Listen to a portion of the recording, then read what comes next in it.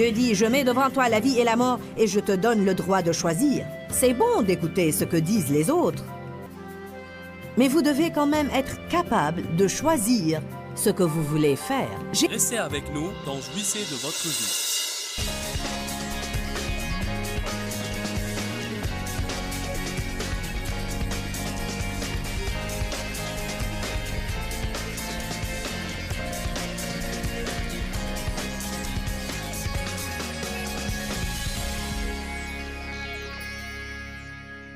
Alors, une des choses que je veux vous dire sur les gens, c'est vous ne devez pas permettre aux gens de prendre vos décisions pour vous.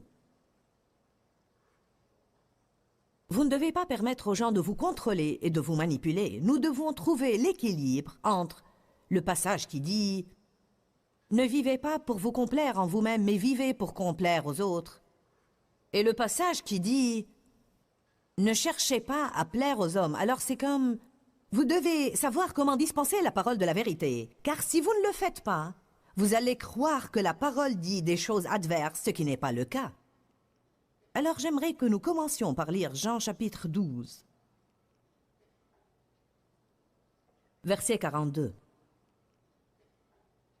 À cause de la peur du rejet et la peur de la désapprobation, parfois nous avons une dépendance à l'approbation. Nous voulons avoir l'approbation de tout le monde, et pourtant, nous n'allons jamais avoir l'approbation de tout le monde. Nous devons arriver à un point où si Dieu approuve, cela doit nous suffire. Nous aimons que les gens nous apprécient, mais s'ils ne le font pas, nous pouvons nous passer de leur approbation. Dites tous, je peux me passer de l'approbation des autres. Dites, je peux surmonter le rejet. Très bien. Car la Bible dit, celui qui croit ne va jamais être rejeté en ce qui concerne sa relation avec Dieu. Donc les gens peuvent me rejeter, mais je suis agréable à Dieu par le bien-aimé. Il m'accepte par Jésus-Christ. Jean chapitre 12 décrit une situation dans laquelle plein de gens se trouvent. Il est vraiment étonnant combien de fois dans la vie nous changeons d'avis et de direction parce que quelqu'un nous a transmis un message. Si tu fais ça, je ne serai pas content. Nous changeons notre façon de nous habiller. Nous changeons nos coiffures. Nous changeons la couleur de notre vernis à ongles. Je veux dire, nous le faisons. Peut-être que vous portez une chose qui vous plaît vraiment et quelqu'un dit « Oh, vraiment, ça ne me plaît pas du tout. » Eh bien, si elle vous plaît vraiment, portez-la. Portez-la.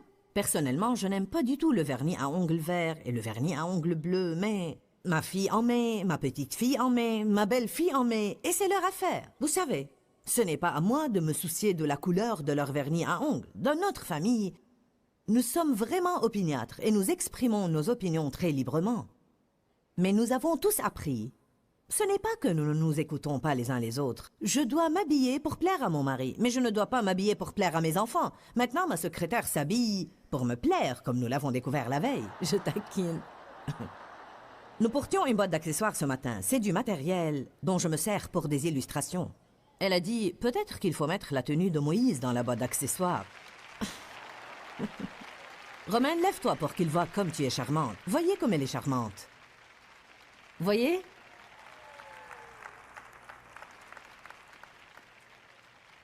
Jean chapitre 12, verset 42, parle de personnes qui ont laissé les pensées des autres contrôler leur vie spirituelle. Cependant, malgré tout ça, plusieurs, même parmi les chefs et les notables, crurent et eurent confiance en Jésus, mais à cause des pharisiens, ils n'en faisaient pas l'aveu, de peur que s'ils reconnaissaient Jésus, ils seraient exclus de la synagogue. Car ils aimèrent l'approbation et les louanges et la gloire qui vient des hommes plus que la gloire qui vient de Dieu. Ils tenaient à leur réputation auprès des gens plus qu'à leur réputation auprès de Dieu. C'est vraiment triste.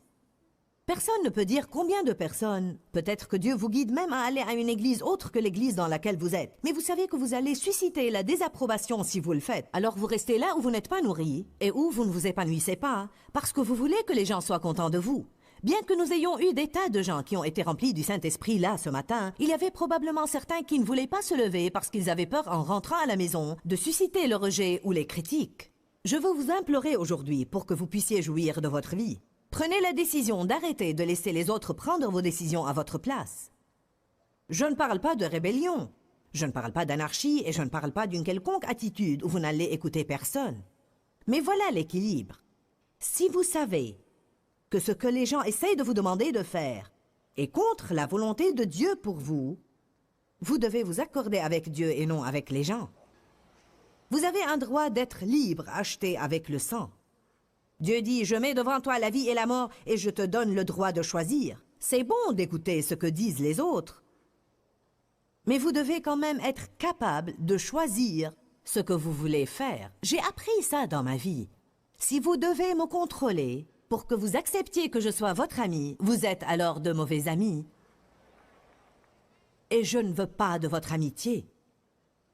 Car si vous laissez les gens vous contrôler et vous manipuler pour avoir une relation avec eux, maintenant écoutez-moi, vous allez avoir à le faire toute votre vie pour garder cette relation. Et tôt ou tard, vous allez vraiment vous en lasser. Les gens qui vous aiment vont vous encourager dans vos rêves et vos visions. Je sais que mon mari m'aime vraiment parce que Dave m'a encouragé à être tout ce que je peux être en Dieu. Je ne sais pas ce que certaines personnes pensent quand ils me voient sur l'estrade et lui assis en bas, mais Dave est un homme qui sait qui il est et il n'a vraiment pas besoin d'avoir un grand titre ou d'être sur l'estrade tout le temps pour se sentir satisfait et être bien dans sa peau. Amen. En fait, c'est un secret, mais Dave a plus d'autorité que moi de toute façon. Il gère le ministère en coulisses. Je lui dis, tu es comme Moïse et moi comme Aaron. Tu me dis ce que je dois dire et je suis ton porte-parole. Non, je prépare mon enseignement et je prends ma révélation de Dieu et Dave n'intervient jamais à ce niveau dans mon ministère car il sait que j'ai un don et que je suis appelé à le faire. Mais Dave est une partie très importante de la vie dans la parole. Certains pensent qu'ils ne sont importants que s'ils sont devant un public. Certains pensent qu'ils ne sont importants que s'ils ont un titre ou une position importante. Votre importance réside dans qui vous êtes en Christ. Philippiens 3:3, ne mettez point votre confiance en la chair. Votre confiance ne doit pas résider dans votre apparence. Qui vous fréquentez, l'étiquette que vous avez sur vos habits, la voiture que vous conduisez, le côté de la ville où vous habitez, que vous ayez une maison ou louiez une maison ou viviez dans un appartement, que vous soyez marié ou célibataire. Certaines personnes sentent qu'elles n'ont aucune valeur ou estime parce qu'elles ne sont pas mariées. Elles pensent, eh bien, quel est mon problème? Je ne suis pas mariée. Eh bien, certaines personnes pensent, quel est mon problème? Je suis mariée.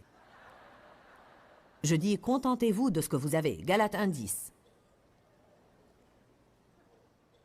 Si vous allez permettre aux autres de vous contrôler, vous n'allez jamais accomplir l'appel de Dieu sur votre vie.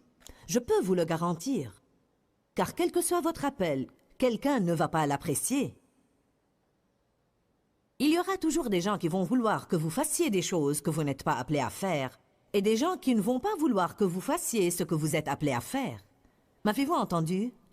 Il y avait beaucoup de gens qui ne voulaient pas que je prêche, car cela ne s'intégrait pas à leur doctrine. Il leur était difficile d'accepter une femme pasteur. Il leur était difficile d'accepter une femme pasteur radicale. Il leur était difficile d'accepter une femme pasteur qui parle en langue et remplie du Saint-Esprit. Maintenant, la situation empire. Surtout que personne n'est simple et direct et courageux comme je le suis. Donc j'ai perdu beaucoup d'amis. Mais ils n'étaient pas mes amis. Ils n'étaient pas des amis.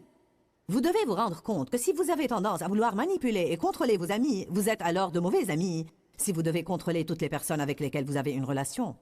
Jésus a acheté avec son sang leur droit d'être libre. Et vous n'avez pas le droit de toucher à ça. Que quelqu'un me donne un amen. Paul était un grand homme de Dieu. Dieu l'a choisi, bien que probablement des gens pensaient que ce n'était pas bien. Dieu a choisi Paul parce que Paul, comme nous le savons, persécutait et était en faveur de lapider et de tuer les chrétiens. Il était là quand Étienne a été lapidé et il a encouragé tout cela. Paul faisait ce qu'il faisait par ignorance, mais il le faisait quand même. Et Dieu, par sa grâce et miséricorde, a appelé Paul, l'a rempli du Saint-Esprit, et Paul a écrit les 2/3 du Nouveau Testament par une révélation divine. Je suis sûr que des tas de gens pensaient que ce n'était pas bien. Qui a compris que Dieu fait des choses qui ne trouvent pas l'approbation des gens? Il n'était pas logique du tout que Dieu m'appelle. Je ne le comprends toujours pas, mais c'était l'élection de Dieu et le choix de Dieu. Écoutez-moi, il vaudrait mieux que vous soyez en accord avec Dieu parce que rien d'autre ne va marcher. Souvent, nous nous mêlons de choses dont nous devons juste nous éloigner. Un homme dans la Bible s'est avancé quand tous les autres se disputaient au sujet de ce nouveau mouvement chrétien et ce qu'il devait en faire. Un homme très sage s'est avancé, je ne me rappelle pas de son nom en ce moment, mais il a dit « Écoutez frère, je veux vous donner un conseil, un mot d'encouragement. » Il a dit « À votre place, je laisserai cette affaire tranquille, car si elle n'est pas de Dieu, elle ne va pas prospérer. Et si elle est de Dieu, vous ne pourriez pas l'arrêter. » Alors beaucoup de fois, au lieu de juger des choses à propos desquelles nous ne savons rien, et de nous mêler des affaires de Dieu, nous devons simplement dire « Regardez, je ne vais pas toucher à ça, parce que Dieu fait des choses que nous ne comprenons pas. Et tout ce que je peux dire est, si ce n'est pas de Dieu, ça ne va pas continuer, ça ne va pas prospérer, ça ne va pas porter des fruits et n'aboutira nulle part. Et si c'est de Dieu, nous ne pouvons pas l'arrêter et je ne veux pas être coupable d'avoir combattu Dieu. » Tous ces gens qui m'ont refusé ne peuvent probablement pas maintenant zapper de chaîne en chaîne sans me retrouver quelque part. Est-ce que je prends plaisir à ça? Eh bien, plus ou moins. Je ne veux pas prendre une mauvaise attitude, mais nous aimons être justifiés. Et Dieu promet qu'il va nous justifier. Amen? Vous ne devez pas vous fâcher des personnes qui ne vous comprennent pas, car Dieu va vous justifier. Dieu va le faire. Nous n'avons pas à aller partout et prouver que nous avons raison tout le temps. Nous devons être comme Jésus et dire « Pensez comme vous voulez. Je sais qui je suis en Dieu. » C'est difficile à faire quand on vous fait du mal. Je me rends compte que ce n'est pas une chose facile à faire, mais c'est pour cela que nous nous réunissons comme ça, car nous sommes encouragés par la parole à aller de l'avant pour faire ce que Jésus aurait fait dans ces genres de situations dans lesquelles nous nous trouvons avec les gens.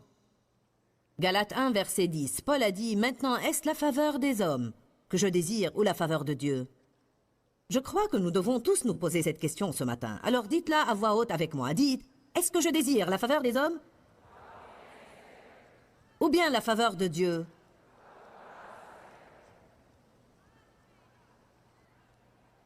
Maintenant dites ça. Est-ce que je plais aux hommes ou je me plais à moi-même ou je plais à Dieu? Je crois que ce sont des questions que nous devons tous nous poser d'une façon régulière.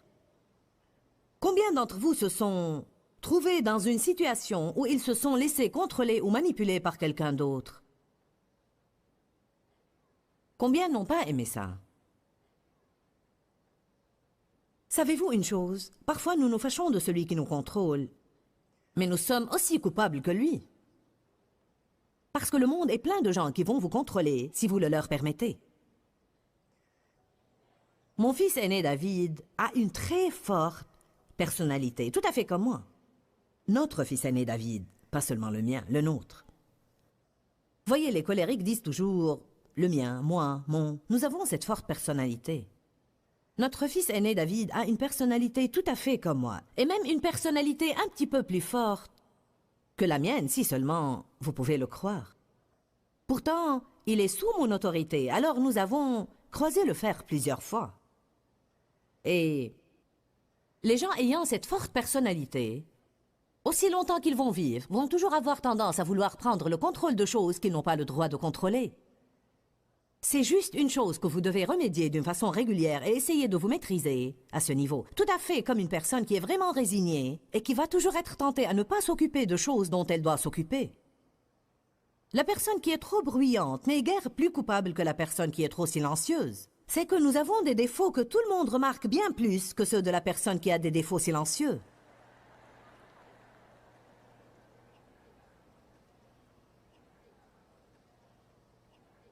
Alors, parce que dans notre famille, nous avons des liens très étroits, nous travaillons tous ensemble et nous passons beaucoup de temps ensemble, nous devons plutôt tenir bon les uns envers les autres, parfois aussi. Notre fils et sa femme emménagent dans une différente maison en ce moment, et ils m'ont demandé de les aider à en décorer une partie.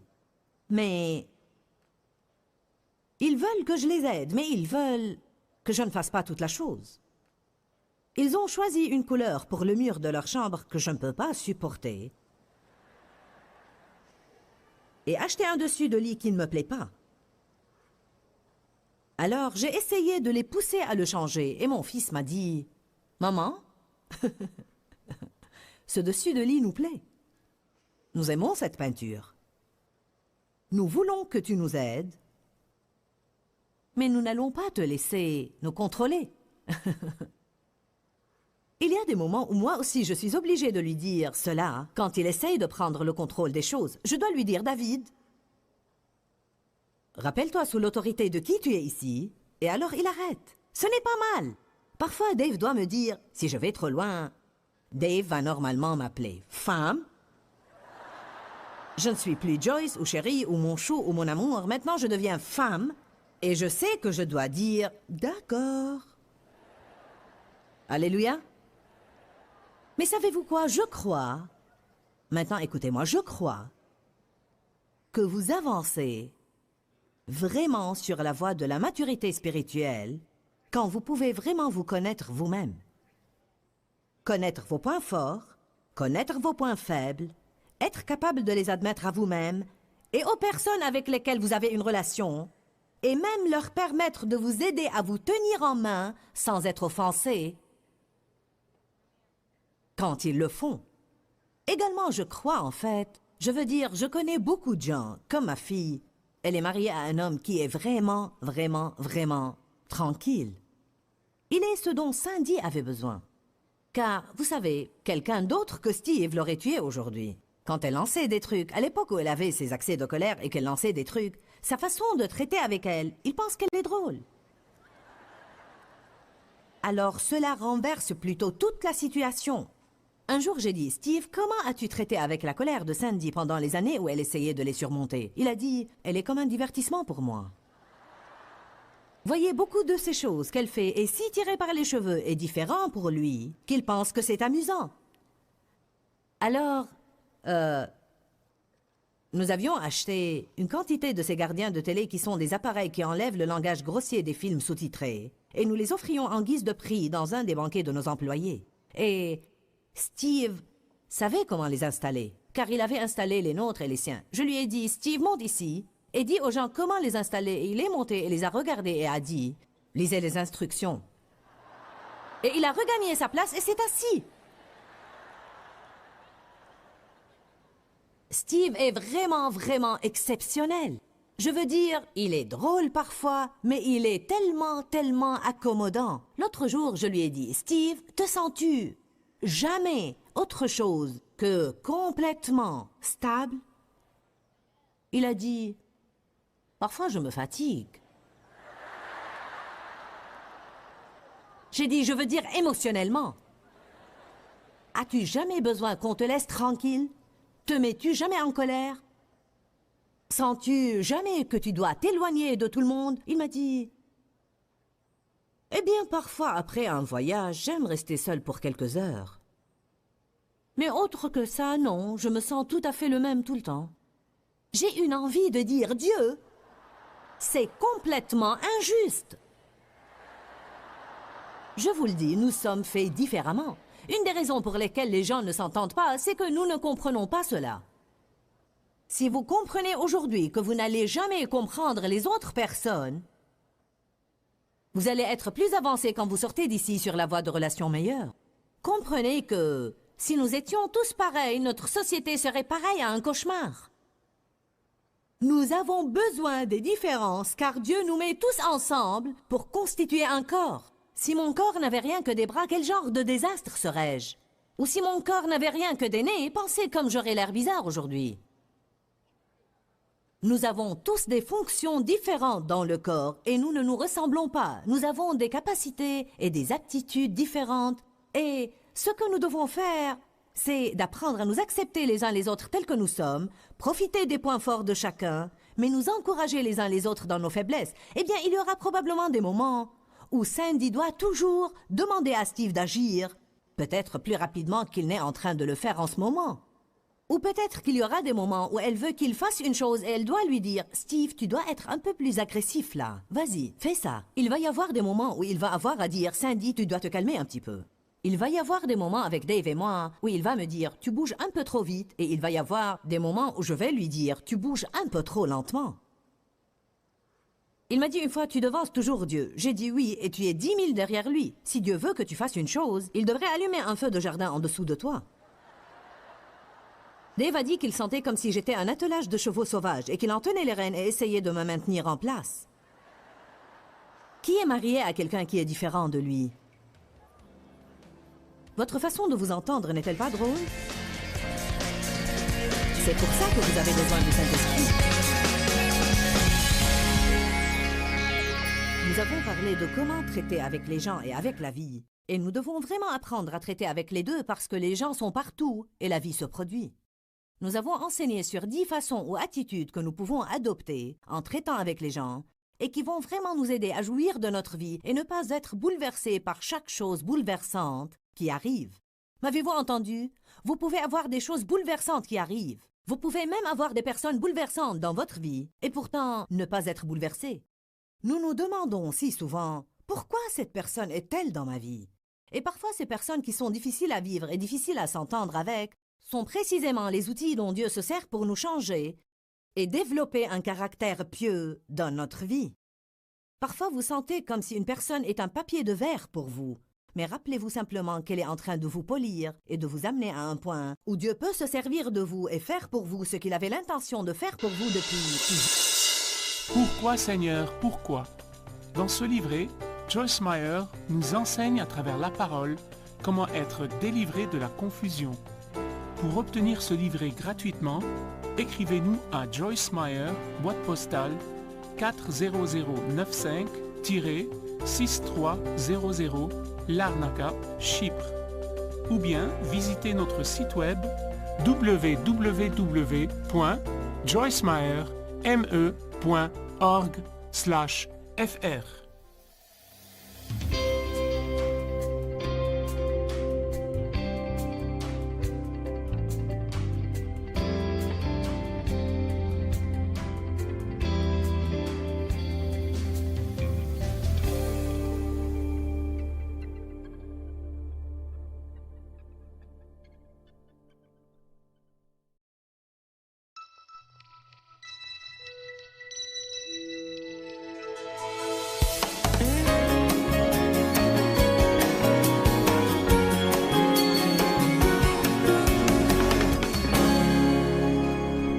Romains chapitre 14, versets 11 et 12.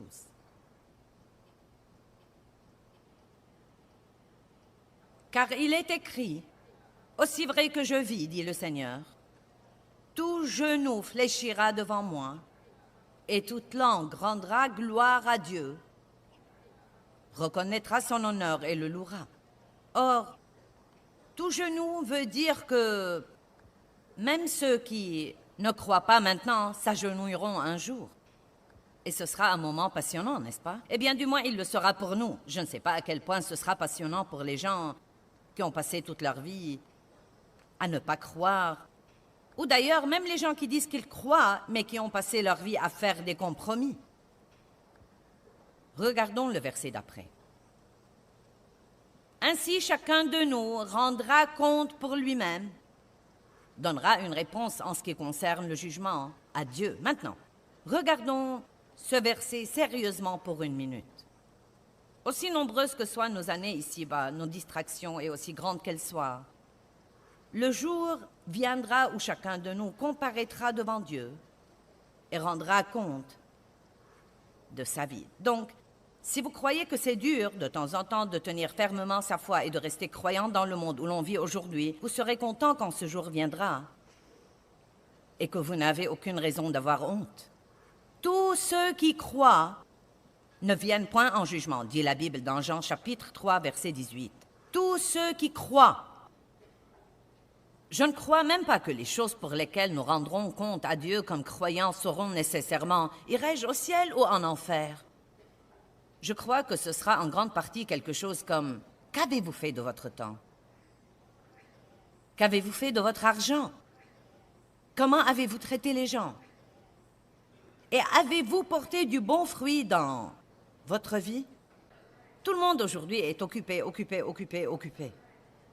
Si je vous disais, êtes-vous occupé, la plupart d'entre vous diraient oui. Si je vous disais, êtes-vous trop occupé, la plupart d'entre vous diraient oui. Mais vous savez, Dieu ne nous demande jamais d'être occupés. Il nous demande de porter du fruit. J'ai dit que Dieu ne nous demande jamais d'être occupés. Et malheureusement, parfois, que nous devenons tellement occupés, et tout ce que nous faisons, c'est de laisser notre programme surchargé nous frustrer, à tel point que nous finissons par ne pas avoir aucun bon fruit dans nos vies. Donc, je veux que ce message soit un Sélah, c'est-à-dire une pause, et que vous y pensiez calmement. Je veux que ce message soit un moment de Sélah pour nous, dans cette conférence ce week-end, au moment où nous démarrons. Un jour, tout genou fléchira, toute langue rendra gloire, et tout homme comparaîtra devant Dieu et rendra compte, non pas de quelqu'un d'autre, mais de lui-même devant Dieu. Et je veux m'assurer que vous qui me regardez à la télé, quel que soit le pays où vous vivez, quelle que soit la langue que vous parlez, si vous écoutez ce message maintenant, et surtout si vous êtes quelqu'un qui ne s'est pas encore engagé à recevoir Jésus-Christ comme votre sauveur, à aimer Dieu de tout votre cœur, je veux que vous sachiez maintenant que le temps viendra où vous comparaîtrez devant Dieu pour rendre compte de votre vie. Et bien que ce soit une pensée qui fait réfléchir, et peut-être à laquelle nous aimerions mieux ne pas penser, c'est une chose à laquelle nous devons penser, car ce jour-là viendra. Et si je ne partage pas ça avec vous, je manquerai à mon devoir devant Dieu. Et quand je comparaîtrai devant lui pour rendre compte, il me dira peut-être, eh bien, pourquoi tu n'as pas donné plus d'enseignements solides pour t'assurer que les gens ont vraiment compris que le jour viendra où ils rendront compte de leur vie devant moi. Donc, je crois que c'est quelque chose dont nous devons être entièrement conscients. Quelqu'un peut sourire et dire Amen? Amen. Maintenant. En fait, je veux vous parler ce soir d'éviter les pièges. Et dans Matthieu chapitre 24, le chapitre qui parle des signes des derniers temps, et combien d'entre vous croient que nous vivons dans les derniers temps? Eh bien, il est intéressant de noter que toutes les générations ont cru ça, y compris la génération de Paul. Mais si Paul croyait qu'il vivait dans les derniers jours, je crois vraiment que nous vivons dans la toute dernière partie des derniers jours. Donc, quel que soit le jour de son retour, nous sommes beaucoup plus proches que Paul ne l'était. Et Paul demandait aux gens de vivre prudemment, de vivre avec pondération et sérieusement, et non pas comme une bande d'évaporés qui croient que demain ne viendra jamais parce que demain viendra.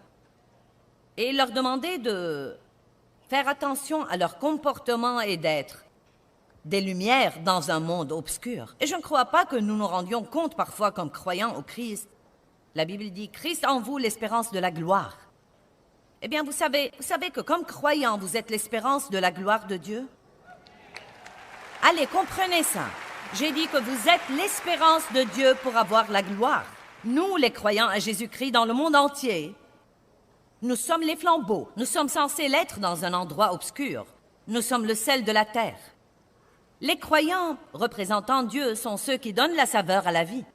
Sans Dieu, il n'y a pas de saveur. Tout est fade et morne et ennuyeux. Et c'est une pensée qui fait réfléchir comme quoi, non seulement le Christ en moi est l'espérance de ma gloire, mais il est encore l'espérance de la gloire qu'il mérite lui-même. Un autre genre de pensée qui fait réfléchir. Donc Jésus a dit, il a donné les signes des derniers jours. Et une des choses qu'il a dites était que la tromperie allait être grande dans les derniers jours. Il a dit, prenez garde que personne ne vous égare. Il nous a donné une responsabilité. Eh bien ça alors, j'espère ne jamais être trompé.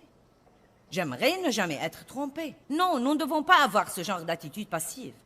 Une attitude passive est une porte ouverte à Satan pour entrer et détruire nos vies. Nous devons être actifs. Nous devons être agressifs. Nous devons rester informés. Et la tromperie est une chose horrible, horrible, horrible, et il y en a tellement. La tromperie veut dire que nous croyons un mensonge. D'une façon ou d'une autre, Satan nous a convaincus de quelque chose qui n'est pas vrai, mais si nous le croyons, cela devient vrai pour nous. Et je me permets de dire, et s'il vous plaît, ne vous offensez pas quand je dis ça, mais il est possible que presque tout le monde dans ce bâtiment, je dis toujours presque tout le monde, car si quelqu'un veut s'en offenser, il peut penser qu'il est celui dont je ne parle pas. Donc je me permets de dire que presque tout le monde dans le bâtiment est probablement trompé sur un certain plan de sa vie en ce moment, y compris moi. C'est quelque chose que vous pouvez croire qu'il est vrai.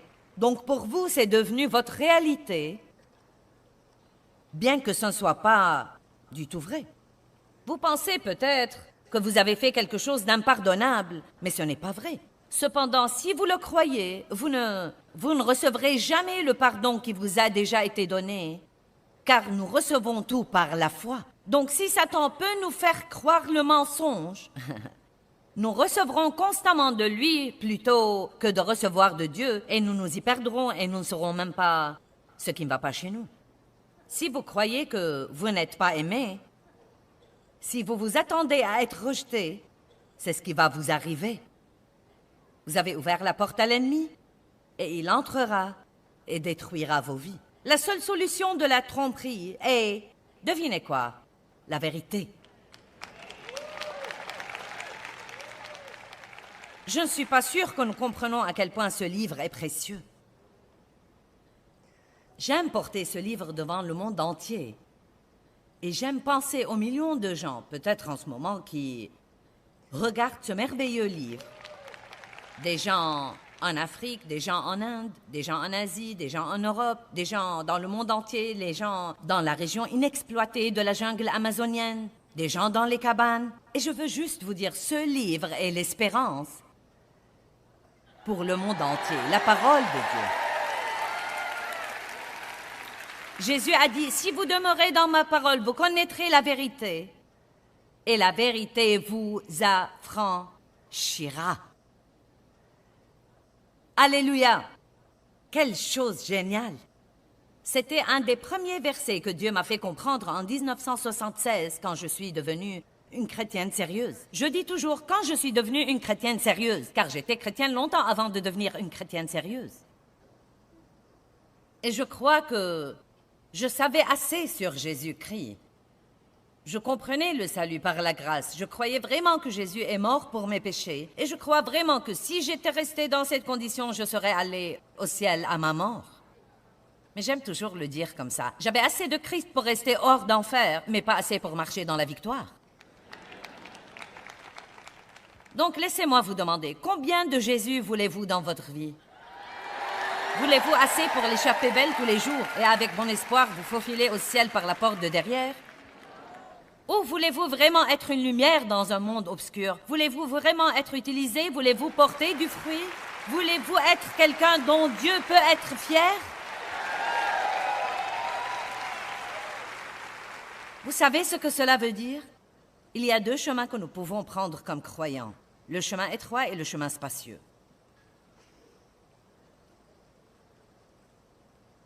Le chemin étroit mène à la vie. Le chemin spacieux mène toujours à la perdition. Or, c'est plus facile de rester sur le chemin spacieux, évidemment. Il y a là beaucoup d'espace pour vous et pour tous vos bagages charnels et tout, vous savez. Prenez le chemin étroit et il y a quelques trucs qui doivent s'en aller parce qu'il n'y a pas de la place pour cela.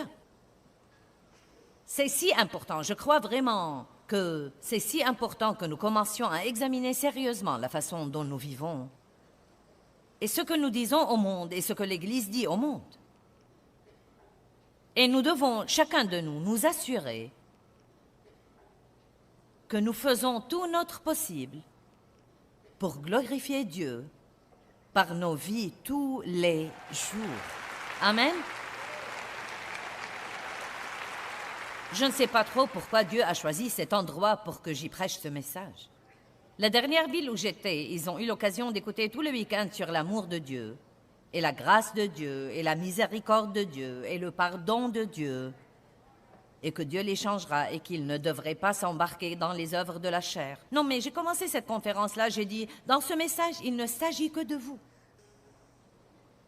Il en va de même pour ce message aussi, mais là, il s'agit de la façon de se débarrasser de vous.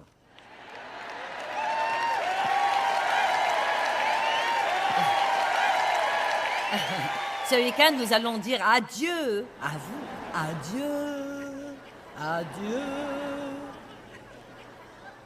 Oh, mais la joie va s'accroître et la paix va se multiplier. Vous savez, à la fin de la Genèse 3, ou bien au début de la Genèse 3, le premier livre de la Bible, Satan avait déjà réussi à tromper Ève. 2 chapitres et une partie d'un autre, c'est le temps que ça a pris. Donc je me demande combien de tromperies il y a aujourd'hui après qu'il ait eu tous ces milliers et milliers multipliés d'années pour travailler sur les gens. Nous croyons beaucoup de choses erronées sur Dieu.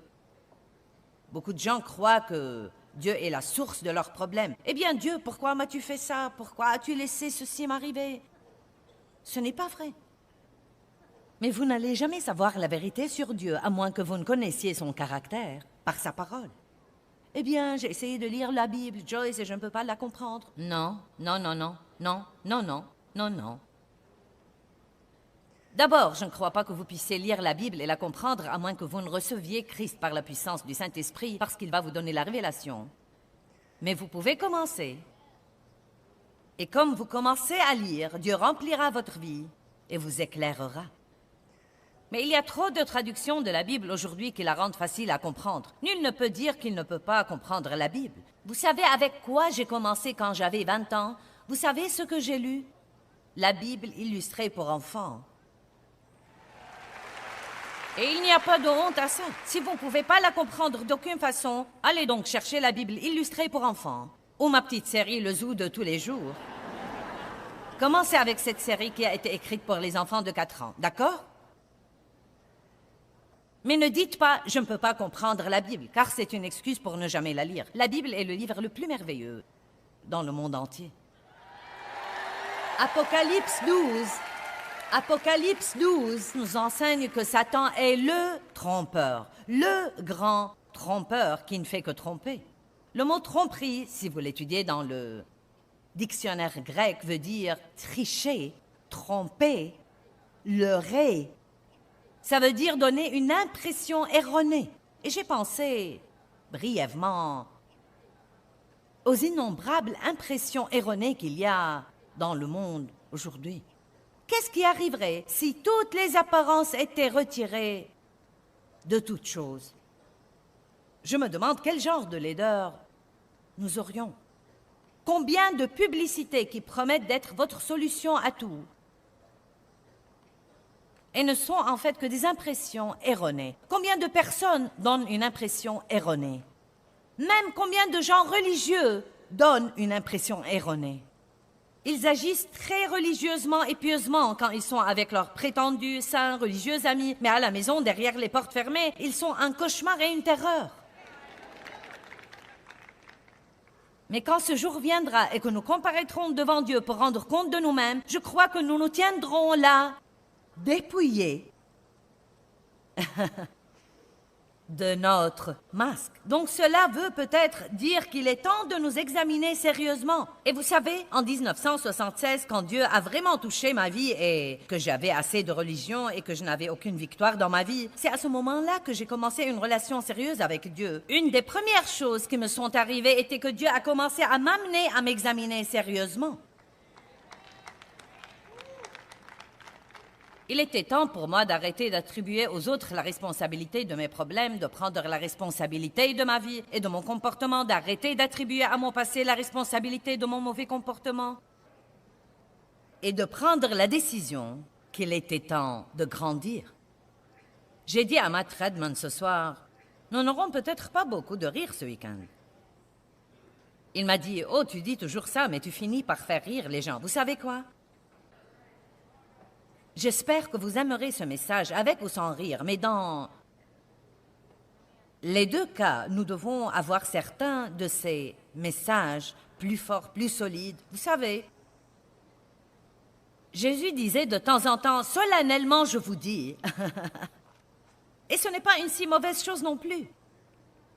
En vérité, en vérité, je vous dis. Et je veux que nous nous assurions tous. Vous savez, je crois que ça paraît un peu bébête, mais parfois je plains en fait Dieu. Et je sais qu'il n'a pas besoin de notre pitié, mais je me surprends à m'excuser auprès de lui pour les autres. C'est comme, Dieu, je suis si désolée que tu aies à supporter les absurdités qui sont dans l'Église aujourd'hui et les absurdités qui sont dans le monde aujourd'hui.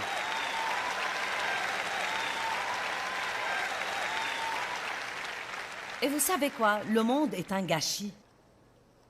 C'est un gâchis et j'essaye de prêcher ce week-end sur la façon d'être pieux dans un monde impie. Nous devons bien nous garder d'être trompés et d'être dupés par tout le compromis qui est là. Nous ne devons pas continuer à transiger.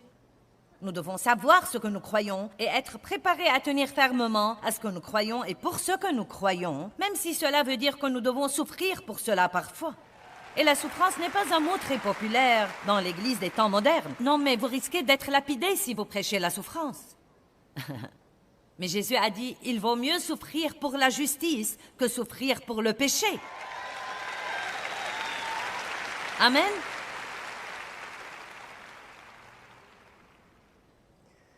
La tromperie veut dire astuce, appât, piège, embûche, errer du droit chemin. Écoutez maintenant cette définition. Elle vient du dictionnaire grec de la vigne. Le mot tromperie représente ceux qui trompent avec des mots vides et minimisent, écoutez ça maintenant, minimisent le vrai caractère du péché. C'est là où nous en sommes aujourd'hui. Vous voyez, le péché, nous n'appelons pas le péché péché désormais.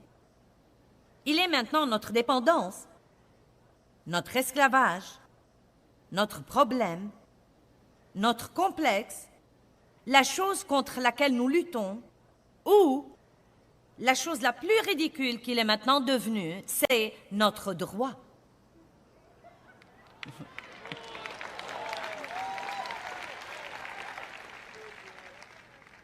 C'est notre droit de faire des choses immorales. Eh bien, vous savez quoi? Dieu protégera votre droit d'aller en enfer si c'est ce que vous voulez. Non, mais la Bible dit, j'ai mis devant toi la vie et la mort choisie. Oh oui, nous avons le libre arbitre. Eh bien, vous savez quoi? Dieu est d'une patience à toute épreuve. Et il est miséricordieux. Il est patient et il fait beaucoup d'efforts pour sauver les gens du péché dans son pardon et sa miséricorde. Et je crois vraiment que c'est ce qu'il essaye de faire en ce moment même par ma bouche. Et évidemment, vous êtes tous ici et j'apprécie votre présence ici. Mais je m'adresse non seulement à vous ce soir, ou peut-être principalement à vous, mais encore à tous les gens dans le monde entier qui ont zappé à cette émission et qui croient que c'était par hasard. Et Dieu essaye de vous parler, il essaye de vous faire savoir combien il se soucie de vous et vous aime et qu'il a pour vous une vie bien meilleure que celle que vous vivez en ce moment. Peut-être que vous ne savez pas grand-chose sur Dieu et vous croyez que vous êtes hors de sa portée, mais laissez-moi vous dire quelque chose. Dieu a un long bras et il peut étendre le bras et vous soulever de votre fosse pour vous sauver.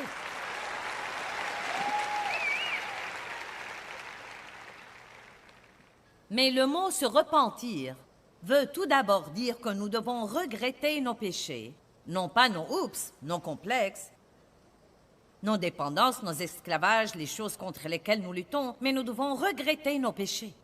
Dieu, je suis un pécheur et je regrette tous mes péchés. Tous ont péché et n'atteignent pas à la gloire de Dieu, mais tous peuvent être justifiés et rendus justes devant Dieu par le sang de Christ. Les promesses de Dieu sont pour tous. Nous pouvons tous redevenir tout nouveau. Chacun d'entre nous. Eh bien, rappelons-nous que Jésus nous a dit que dans les derniers jours, la tromperie serait partout et que le seul moyen de ne pas être trompé est de savoir la vérité. Et la parole de Dieu est la vérité. Jésus a dit, je suis le chemin, la vérité et la vie. Nul ne vient au Père que par moi. Aussi, avoir une relation profonde, personnelle avec Dieu, vous aidera à rester enraciné dans la vérité.